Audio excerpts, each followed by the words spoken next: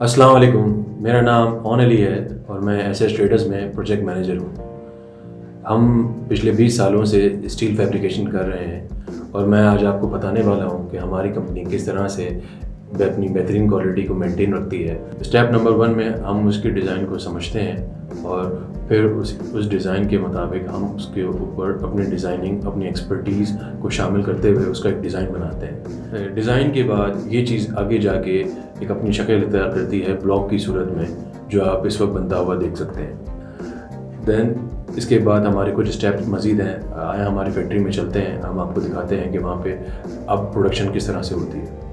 तो step number 1 में हम अपनी शीट्स को, अपने गेज को, स्टेनलेस स्टील की रिक्वायरमेंट को सिलेक्ट करते हैं। उसके बाद उसकी मेजरमेंट्स होती हैं।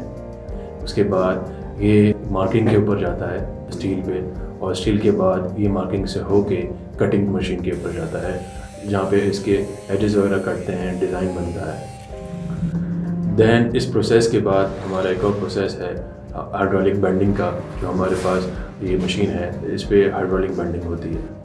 हम इसके ऊपर तकरीबन 8 से 10-12 फुट बेंडिंग कर सकते हैं। हमारी ख़ासियत ये है कि हमारे पास आर्गन वेल्डिंग के सिस्टम है। हम बहुत प्रिसिशन वेल्डिंग करते हैं और आर्गन वेल्डिंग, जिसको टिक वेल्डिंग भी कहा जाता है, इसके अंदर आपको क्वालिटी और फिनिशिंग के प्रोसेस इस वेल्डिंग के बाद बहुत आसान हो जाते हैं। दैन इसके बाद हम फैब्रिकेशन के बाद हमारा 2 स्टेप रह जाते हैं, जिसमें हमारी पॉलिशिंग है और पैकिंग है। पॉलिशिंग के बाद ये पैकिंग के फेज़ में जाता है और दैन ये कस्टमर को डिलीवर होता है। इसके बाद हमारी कोशिश होती है बेहतरीन कि इसको जाके कस्टमर की साइट पर इसको इंस्टॉल किया जाए, और इंस्टॉल के बाद इसकी कमीशनिंग के बाद, टेस्टिंग के बाद कस्टमर को हैंड ओवर किया जाता है।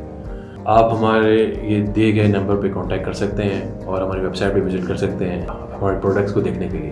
अस्सलाम वालेकुम।